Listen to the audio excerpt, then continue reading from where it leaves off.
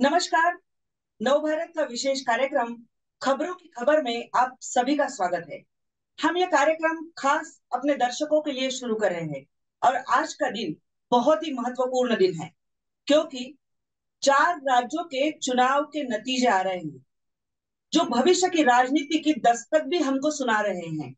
मेरे साथ नवभारत के समूह संपादक संजय संजय तिवारी जी जुड़े हुए हैं नागपुर से। संजय जी, बहुत बहुत स्वागत है इस शो में आपका। धन्यवाद प्रतिभा मैडम, धन्यवाद। बताएं। मैं आपको बता दूं दर्शकों को कि ये शो की शुरुआत कैसे हुई थी। एक कॉफी के लिए हम बैठे थे मुंबई के अपने ऑफिस में और जहां पर संजय जी के भी सुझाव काफी थे। उन्होंने बताया था कि ये शो किस तरह से होना चाहिए। एक खासियत है राजनीति पर, केवल महाराष्ट्र की नहीं बल्कि देश की राजनीति पर सर की एक बहुत लंबी पकड़ है, सोच है, समझ है। और हम ये नहीं कहना चाहते, हम यहाँ पर कोई ऐसा पैनल डिस्कशन नहीं करना चाहते जो देखते हुए आप ऊब चुके हो। यहाँ पर खबरों के पीछे की कई बातें होगी, उस तरह का विश्लेषण होगा जो अगली दिशा आपको दिखाएगा। और आज का जो दिन है, जो चुनाव के नतीजे आए हैं, संजय जी आपका पहला क्या कहना है इस पर? टेक क्या है पहला आपका? प्रतिभा मैडम, सबसे पहले तो मैं आपको बहुत बहुत धन्यवाद देता हूं कि खबरों की खबर ये एक ऐसा टॉक शो जनता के बीच में आप ले आई हैं, जो मुझे ऐसा लगता है कि जनता बहुत सारे शोज होने की वजह से अब शोज देखना पसंद नहीं करती। तो जब आपने खबरों की खबर लाई तो मुझे ऐसा लगता है कि जनता इसको देखना इसलिए भी पसंद करेगी क्योंकि इस शो में बहुत ज्यादा बिना एजेंडा, बिना बिना कोई इंटेंशन आप प्लेन चर्चा कराना चाहती है। और मुझे ऐसा लगता है कि इस पूरे शो में जो जिसको भी आप बुलाएंगी निश्चित रूप से आप उसे सिर्फ वही पूछेंगी या उससे वही उसी तरह के जवाब एक्सपेक्ट करेंगी कि एक दर्शक क्या चाहता है, एक नवभारत का दर्शक किस तरह का, जिस तरह नवभारत का पाठक निष्पक्ष है और नवभारत जिस तरह से सदैव अपने पाठकों के साथ रहा है, वैसे ही इस शो में भी मुझे ऐसा लगता है कि हम दर्शकों तक उस निष्पक्षता को पहुंचाने की कोशिश करेंगे जो जनता के मन की बात है, जनता के दिल की बात है और जो हम और नवभारत समूह ये पिछले 90 वर्षों से करता है। जो सवाल आपने किया है कि आज के परिणाम क्या कहते हैं, तो मुझे ऐसा लगता है कि आज का परिणाम साफ है, बहुत क्लियर है कि जनता जनार्दन जो है वो इस लोकतंत्र की सबसे बड़ी राजा है।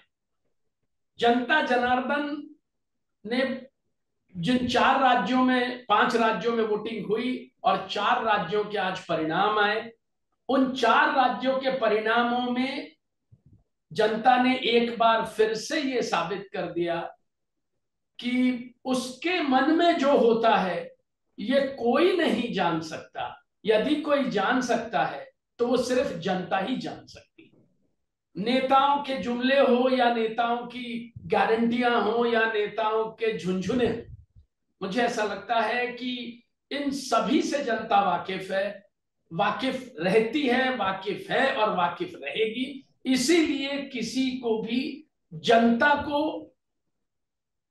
कम समझने की जितनी भी कोशिशें होती हैं, मुझे ऐसा लगता है कि उसको कहीं भी एक जनता हमेशा ही जवाब देती है। आज नहीं, पिछले 75 सालों से जनता जवाब ही देती आई है। और आज के चुनाव के परिणाम जिस तरह से जनता ने दिए हैं, वो हिंदी पट्टे के 3 राज्य हों या एक अहिंदी पट्टे का या दक्षिण भारत का एक प्रमुख राज्य हो, वहां जनता जनार्दन ने अपना जनादेश साफ दिया है।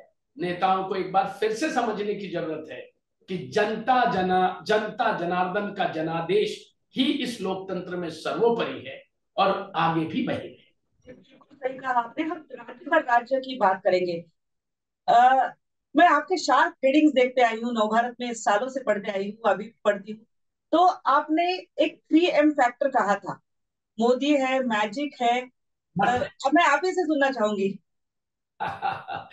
देखिए, अगर हम इन चुनावों का विश्लेषण करें प्रतिभा जी, तो मुझे ऐसा लगता है कि इस चुनाव में बहुत ऐसे फैक्टर थे। सबसे पहला फैक्टर तो आप ये समझिए कि बड़े बड़े विद्वान, बड़े बड़े पोल के पंडित, बड़े बड़े बड़ी बड़ी एजेंसियां, इन सब ने जो कुछ वोट होने के बाद जितना कुछ बताया था, आज के परिणाम उन सबसे परे। रादर मैं एक लाइन में ये कहूं कि पोल का और पोल्स ऑफ पोल की आज के परिणामों ने पोल खोल कर रख दी है। तो ये जो जनता, ये ताकत जनता की है। जनता ही ये पोल करती है, जनता ही पोल खोल करती है। मैं आपको कुछ बातें हैं मुझे लगता है आज के परिणामों में जिन पर गौर करने लायक है कि सबसे बड़ा कारण क्या है कि जनता ने मध्य प्रदेश, छत्तीसगढ़ और राजस्थान में भारतीय जनता पार्टी को बड़ी जीत दिलाई। छत्तीसगढ़ में अभी परिणाम चल रहे हैं, अभी ये चल रहा है छत्तीसगढ़, उतनी बड़ी जीत छत्तीसगढ़ में भले ना आए, लेकिन अगर वो एक सीट भी ज्यादा अगर बीजेपी वहां जीतती है कांग्रेस से, तो वो जीत है, उसको कोई, उसमें कोई दूसरा उसमें विश्लेषण या विशेषण नहीं लग सकता। विश्लेषण की जरूरत नहीं और विशेषण लगता नहीं। मैं ऐसा मानता हूं कि मध्य प्रदेश और राजस्थान, इन दोनों राज्यों में भी हमें सबसे पहले मध्य प्रदेश की बात करनी चाहिए। राजस्थान ने तो रिवाज बदला है, तो राजस्थान ने रिवाज बदला है। वहां परंपरा है 5 साल में चुनाव के नतीजे कभी कभी इनको कभी उनको। वहां की जनता बहुत समझदार है, राजस्थानी लोग बहुत अच्छे से जानते हैं कि उनके लाभ का क्या है। वो ये जानते हैं कि 5 साल अशोक गहलोत जी ने हमारी झोली भर दी, मोबाइल दे दिया, सिलेंडर 500 रुपए में दे दिया, सब हो गया, वो सब ले लिया उन्होंने। और अब इसके बाद अगले 5 साल उन्होंने उनसे लेना है जिन्होंने इससे ज्यादा देने का वादा किया। तो वहां उनका रिवाज बदलने की परंपरा है। 2023 का ये रिवाज है, 2028 का रिवाज कुछ और होगा। तो राजस्थान तो रिवाज बदलने की परंपरा रखता है, उसने बदल दिया। सबसे चौंकाने वाले परिणाम मध्य प्रदेश। और मैं आज बीजेपी के नेता या आज बीजेपी का नेतृत्व जो भी कहे, लेकिन मेरी अपनी ऐसी धारणा है कि जिस दिन वोट पड़े थे जी, और उसके बाद 2 एग्जिट पोल छोड़ के जो बाकी एग्जिट पोल आए थे उनको देखकर भी, और आज जब एक्चुअल ईवीएम ने परिणाम निकाले हैं, तो उस परिणाम पर बीजेपी के लोकल लीडरशिप को भी शायद इतना भरोसा नहीं होगा जितना जनता ने उन पर भरोसा किया जी। तो बहुत साफ है कि जनता चाहे तो आपको सिर पे बिठा ले, और जनता चाहे तो आपके नाम में कमल होने के बाद भी आपको नाथ नहीं बने। तो ये जनता का है, ये जनता तय करती है। हमारे लोकतंत्र की सबसे बड़ी खूबी ये है। तो एक ऐसी धारणा है मध्य प्रदेश में कि ऐसा क्या हुआ कि बीजेपी को इतनी बड़ी मेजॉरिटी मिली है, चल रहा है, 160 से ज्यादा सीटें बीजेपी जीत रही है। और मुझे ऐसा लगता है कि ये संख्या अभी कम होगी, मुश्किल है ऐसी कोई, इसमें कुछ सीटें कम ज्यादा हो सकती है, फाइनल रिजल्ट कुछ ज्यादा कम ज्यादा हो सकता है। लेकिन एक आपको इसको 2014 से समझना होगा। 2014 में शिवराज सिंह जी ने, यानी उसके पहले ही वो सत्ता में आए थे, लेकिन जब उन्होंने लाडली बहना एक जो लाया, एक जो उनकी अपनी छवि रही है, लाडली बहना की छवि हो या एक एक मामा की छवि हो, कई तरह के मीम हो सकते हैं, कई तरह की बातें हो सकती हैं, लेकिन आज की जीत की सबसे बड़ी बुनियाद जो है वो शिवराज सिंह चौहान की वो बहनें हैं। शिवराज सिंह चौहान नहीं है, शिवराज सिंह चौहान की वो बहनें ने जो उनको वोट दिया एक तरह से भाजपा को। जैसे मोदी जी भी कहते आए थे कि हमारी साइलेंट वोटर्स है, महिलाओं का साइलेंट वोटर करके उन्होंने जिक्र किया था। एक और अहम बात संजय जी, कि 5वीं बार लगातार किसी मुख्यमंत्री पर भरोसा करना, शायद ज्योति बसु साहब ने इस तरह का एक जो जनता का प्यार है वो एक जमाने में एंजॉय किया था, जिसके बाद में शिवराज सिंह जी कर रहे हैं। एक देखिए, जब हम निष्पक्षता की बात करते हैं तो हमने करेक्ट विश्लेषण जनता तक जाना चाहिए, ले जाना चाहिए। ये पांचवी बार में एक बार विघ्न पड़ा था 2018। जी, लेकिन फिर से और, ऑपरेशन और, और, लोटस हुआ और वो वापिस आए। मैं इसलिए करेक्ट करना चाह रहा जी हूँ, जी जी। वो विघ्न था, वो एंटी इनकम्बेंसी था, जो चुनाव मध्य प्रदेश में भारतीय जनता पार्टी हार गई थी। उसके बाद क्या हुआ, कैसे भारतीय जनता पार्टी ने फिर सरकार बनाई, हम उस बहस में नहीं जाना चाहते, क्योंकि वो सब इतिहास है। मुझे लगता है कि हमारे दर्शक को बहुत साफ ये बताने की जरूरत है कि हुआ क्या। तो निश्चित रूप से अगर वो एक सवा साल का जो कमलनाथ जी की सरकार का कालखंड छोड़ दिया जाए, तो जो लगातार शिवराज सिंह चौहान जी के नेतृत्व में मध्य प्रदेश में काम चल रहा है, और देखिए, वोटर भाव होता है, उसकी एक इमोशन होता है, और वो इमोशन सबसे अहम होता है। ज्योति बसु जी के बारे में जब आपने बताया, तो जैसे मैंने पहले भी कहा कि कोई एक कारण कोई चुनाव जीतने का नहीं होता। चुनाव जीतने के मल्टीपल कारण होते हैं। चुनाव जीतने के बहुत कारण ये भी होते हैं मैडम कि क्या शिवराज सिंह चौहान, यदि उन पर इतना भरोसा था, और बीजेपी का नेतृत्व या आदरणीय प्रधानमंत्री नरेंद्र मोदी जी ये जानते थे कि उनका साइलेंट वोटर बहुत उनको समर्थन करता है, तो कई ऐसे अवसर आए जब इस साइलेंट वोटर ने उनको साथ नहीं दिया, जहां गैर भाजपाई सरकार बनी। या शिवराज सिंह भी, मैंने कहा ना आपको कि आज जितने पोल पंडित और जितने एनालिस्ट, जितने बड़े विश्लेषक और जितने लोग हैं, वो सब मिलकर ये दावा नहीं कर सकते कि ये एक कारण होगा कि जिसकी वजह से चुनाव में इतनी बड़ी एक जीत साइड में गया। एक साइड में गया। लेकिन एक कारण जरूर है कि महिलाओं ने, मैं जैसे पहले भी बोला हूं कि लाडली बहनों ने, मध्य प्रदेश की लाडली बहनों ने और मध्य प्रदेश के युवाओं ने, ये दोनों वर्गों ने, देखिए ये जितना बड़ी संख्या में महिलाओं ने वोट दिया होगा वो फिगर आएंगे आगे, आज इतनी जल्दी आते नहीं है, कुछ समय के बाद आएंगे। लेकिन जिस तरह का, जिस साइलेंट वोटर की बात आदरणीय प्रधानमंत्री जी करते हैं, उनके उस हिसाब से ही उन महिलाओं ने शिवराज सिंह चौहान का जो भरोसा है, उस भरोसे को आगे बढ़ाया। और मुझे ऐसा लगता है कि वही एक ऐसा भरोसा था जिसने मध्य प्रदेश में, उसके बाद छत्तीसगढ़ में भी, उस भरोसे ने एक नई ऊर्जा भारतीय जनता पार्टी के नेतृत्व को दी। छत्तीसगढ़ में अगर हम बात करें तो भूपेश बघेल की जो छवि थी कांग्रेस उस पर काफी निर्भर था। वहां पर भाजपा ने कोई अपना चेहरा भी प्रोजेक्ट नहीं किया था। रमन सिंह जैसा चेहरा भी मुख्यमंत्री के तौर पर भविष्य के उन्होंने नहीं बताया था। बावजूद इसके जिस तरह का है, पिछले कुछ दिनों में कुछ चंद पत्रकार कह रहे थे कि छत्तीसगढ़ चौंका देगा इस बार कांग्रेस को। तो जिस तरह का एक मुख्यमंत्री का छवि था भूपेश बघेल ने, और बुनियादी काम उन्होंने भी कुछ हद तक किया ही है, बावजूद इसके सरकार वहां पर पलट गई। देखिए, मैंने आपको बताया कि भारतीय जनता पार्टी ने छत्तीसगढ़ में ही नहीं, भारतीय जनता पार्टी ने मध्य प्रदेश में, छत्तीसगढ़ में और राजस्थान में राजस्थान में कहीं भी इस बार सीएम प्रोजेक्ट नहीं किया। फिलहाल भारतीय जनता पार्टी ये जोखिम उठा ही नहीं सकती। सबसे बड़ा दांव जो भारतीय जनता पार्टी ने खेला, वो ब्रांड मोदी पर खेला। वो भरोसा ब्रांड मोदी है, और मुझे लगता है जहां ब्रांड मोदी प्रोजेक्ट होते हैं, वहां कोई दूसरे चेहरे को प्रोजेक्ट करने का अवसर ही नहीं होता। या मैं यूं कहूं कि वो जोखिम हो जाता है किसी दूसरे चेहरे को प्रोजेक्ट करना। रमन सिंह जी के चेहरे पर 2018 का चुनाव लड़ा गया था या नहीं लड़ा गया था, ये मैंने बोला पिछली कोई बात हम ना करें। लेकिन इस बार भारतीय जनता पार्टी ने ब्रांड मोदी को सभी राज्यों में, हम मिजोरम की बात उतना नहीं करते, लेकिन पांचों राज्यों में भारतीय जनता पार्टी ने ब्रांड मोदी को फिक्स किया। सबसे अहम सवाल जो आपने भूपेश बघेल को लेकर किया है, मुझे ऐसा लगता है कि भूपेश बघेल ने निश्चित रूप से बहुत काम किया।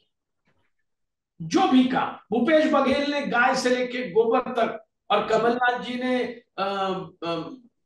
यानी बागेश्वर धाम जी से लेकर तो पंडित मिश्रा जी तक, जी, बनाने वाले मिश्रा जी तक, सब कुछ कर डाला। सब कुछ इसका कर मतलब है कि बीजेपी की हर वो नीति जिससे उनकी रणनीति की काट पैदा की जा सके, वो सब कांग्रेस के नेताओं को भी अब बहुत समझने लगी।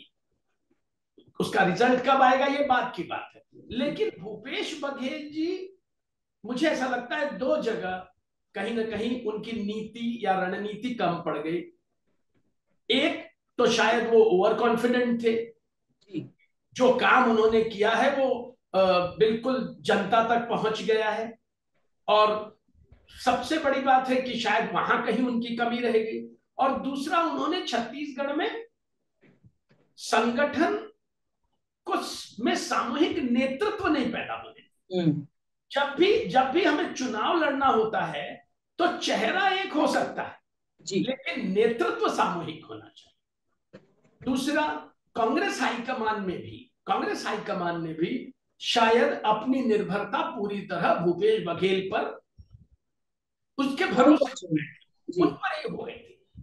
मुसीबत ये हुई, बीजेपी इस रणनीति को समझ चुकी थी कि कांग्रेस के पास छत्तीसगढ़ में एक ही ऐसा व्यक्ति है जिसको उसे डेंट करना है। जी, उन्होंने बिल्कुल चुनाव के पहले जिस तरह की भी रणनीति बीजेपी चलती है, बीजेपी जिस तरह के भी हथकंडे अपनाती है, उन्होंने महादेव ऐप के चक्रव्यूह में ऐप का घोटाला बाहर आया। भूपेश बघेल उस नागपाश से बाहर नहीं निकल पाए। सही बात है। वो जैसे वो नागपाश में भूपेश बघेल बंधे, वहां आकर कांग्रेस का प्रदर्शन और कांग्रेस की सत्ता दोनों के लिए वो एक खतरा पैदा हो गया। इनफाइटिंग कांग्रेस के लिए कोई नई बात नहीं है। वो जहां वो रहेगी, जहां कांग्रेस रहेगी, कांग्रेस का जहां बीजेपी रहेगी, जिस पार्टी में लोकतंत्र रहेगा वहां इनफाइटिंग रहेगी। लेकिन चुनाव के समय वो उस इनफाइटिंग को कितना दूर रखा जाए, कांग्रेस शायद अब भी ये सबक कम से कम राजस्थान देखिए, फिर मध्य प्रदेश देखिए, यहाँ पे इनफाइटिंग खुलकर सामने आई थी। वही कांग्रेस थी जहाँ तेलंगाना में रेड्डी और राहुल गांधी दो आर वहां पर अच्छी तरह से सूझबूझ के साथ शायद चले। और राहुल गांधी की जो भारत जोड़ो यात्रा थी वो भी वहां से शुरू हुई थी। वहां पर अच्छा उनको प्रतिसाद भी मिला था। कहीं ना कहीं उसका करिश्मा दिख रहा है कि केसीआर की सरकार को पलट दिया है। देखिए, मैं तो खुद 2 दिन हैदराबाद रहकर आया हूं। तो जब मैं हैदराबाद गया था तो मेरे ध्यान में आया कि वहां इस बार केसीआर जी को एक कठिन चुनौती है। ऐसा हम नहीं कह सकते मैडम कि केसीआर ने वहां काम नहीं किया।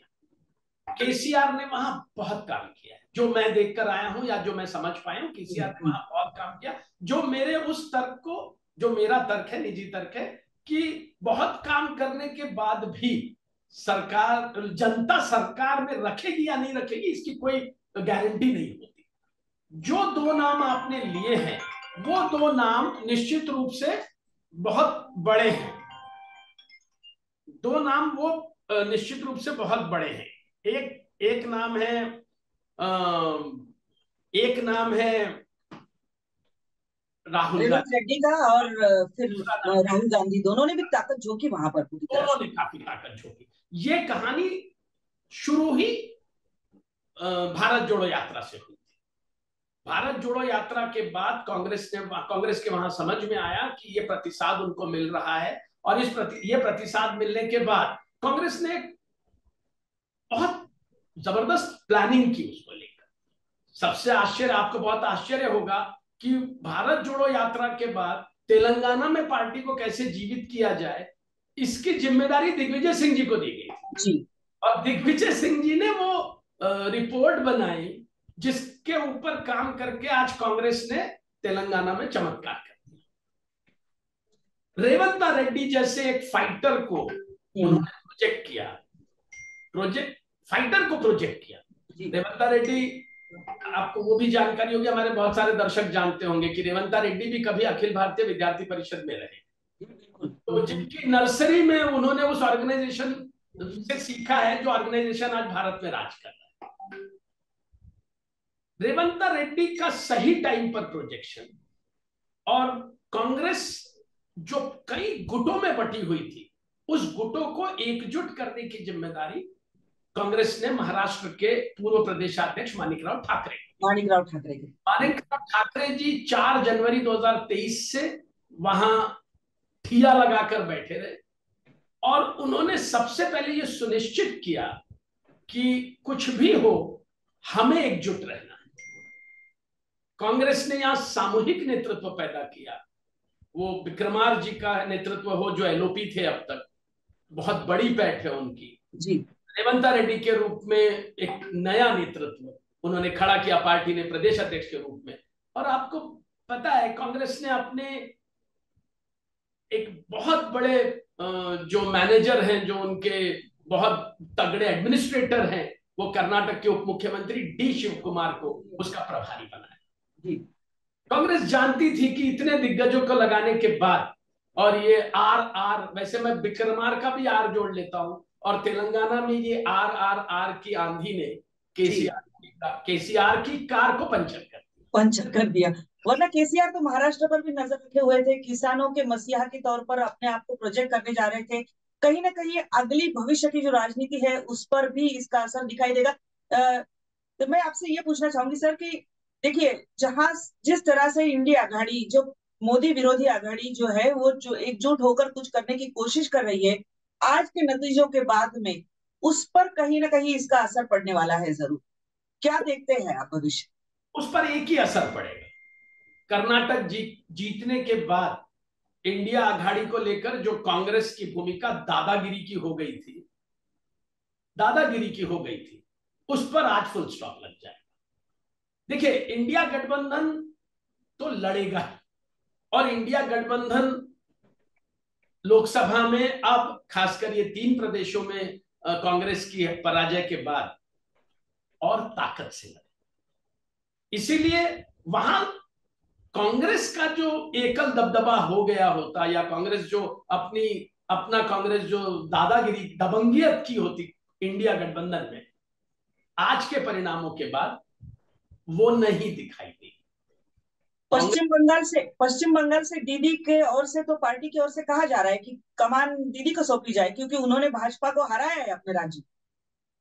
देखिए, कमान किसको सौंपी जाए, अगर इस बात का झगड़ा होगा, जो होगा ही, आज होगा, कल होगा, आगे भी होगा, तो ये तो डिमांड्स होती रहेंगी कि इंडिया गठबंधन में कौन कमान संभालेगा, कौन नहीं संभालेगा, क्योंकि आज की तारीख में इंडिया गठबंधन बना रहे, यही सबसे बड़ी चुनौती जी।